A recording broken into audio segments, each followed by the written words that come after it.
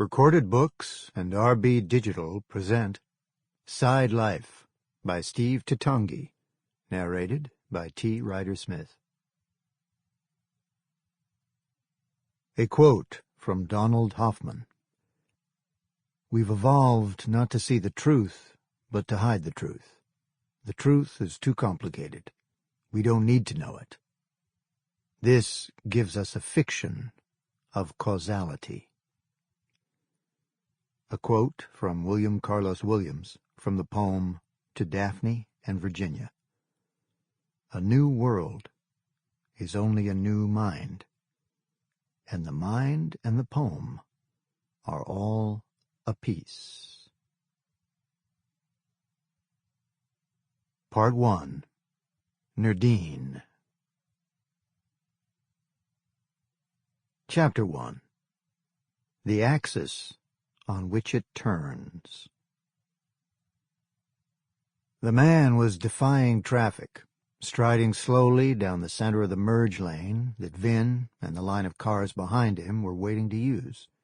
The man was big and lean, in a black t-shirt and black denim jeans, a long dark mane flaring like a sadhu's, a full beard softening his heavy jaw, and he looked preposterously confident, as if he were separate from the world and impervious, as if he were parting illusion. One lane over, cars flew by, their wakes gently tugging his long hair while he walked within 2 feet of Vin's new Tesla S and didn't even tilt his head to acknowledge the driver or the machine. Eyes forward, fixed on a vague middle distance, a derisive smile tightened the corners of his lips. "Shithead," Vin said under his breath, one hand poised on the horn.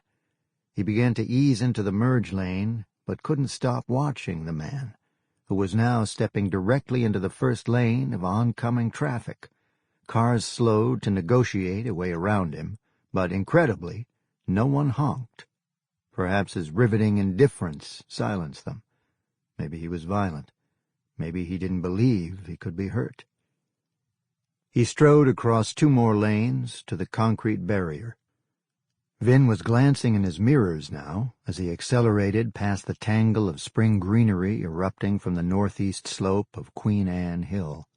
Before him was the clear span of the Aurora Bridge, its sides railed by a high suicide barrier. The man hopped onto the concrete median and swayed precariously toward southbound traffic. "Shithead," Vin said again. Sample complete. Ready to continue?